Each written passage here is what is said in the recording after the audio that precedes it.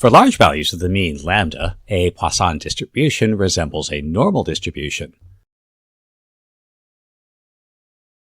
This suggests we can approximate the Poisson distribution using a normal distribution, again using a continuity correction. Since the Poisson distribution has mean lambda and standard deviation square root of lambda, then our approximating normal distribution should have the same mean and standard deviation. For example, suppose the number of daily accidents at an intersection can be modeled using a Poisson distribution with mean 4. Find the probability that over a 1600-day period there are at least 6496 accidents.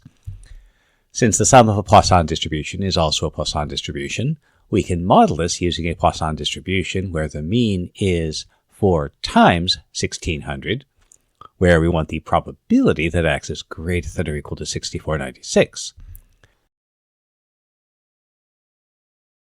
Now, if we use the Poisson distribution, we'd want to find the complementary probability, which we can compute eventually because we have to compute a lot of individual Poisson probabilities.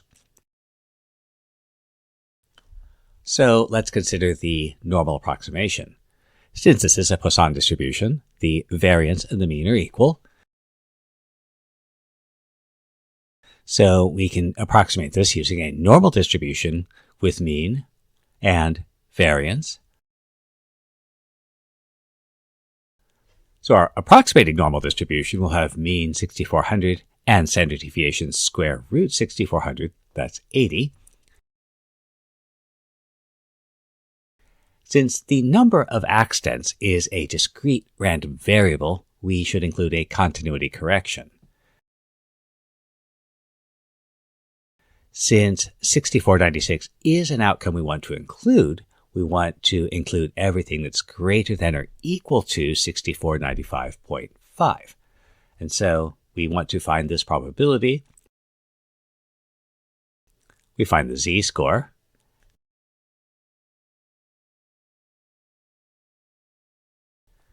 We'll use our standard normal distribution to find the probability we're less than or equal to the z value.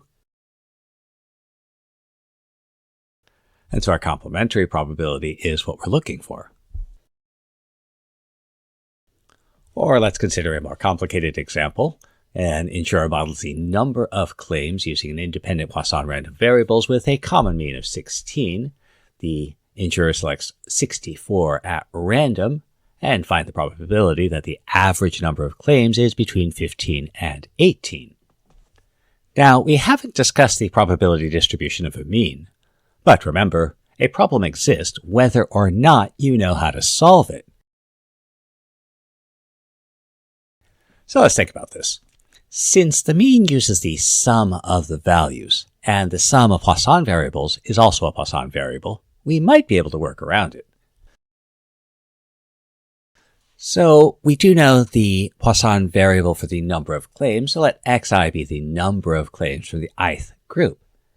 If the mean of the 64 groups is between 15 and 18, well, we can calculate the mean by summing and dividing by the number.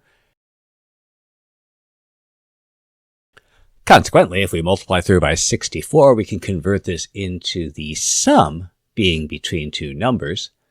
And so we'll introduce a new Poisson random variable, and the mean will be the sum of the means, and the variance, because it's a Poisson variable, will be the same as the mean. Which means our standard deviation will be. And so we can approximate this Poisson distribution using a normal distribution with the same mean and standard deviation. Now, the interval we want consists of the y values 961, 962, and so on, up to 1151. And so our continuity correction, the interval whose rounded values give us these numbers, is going to be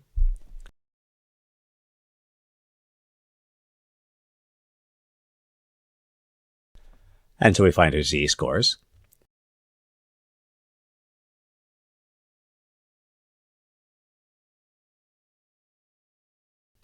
And because this second z-score is greater than 3, we can ignore this upper limit, and so we find our probability.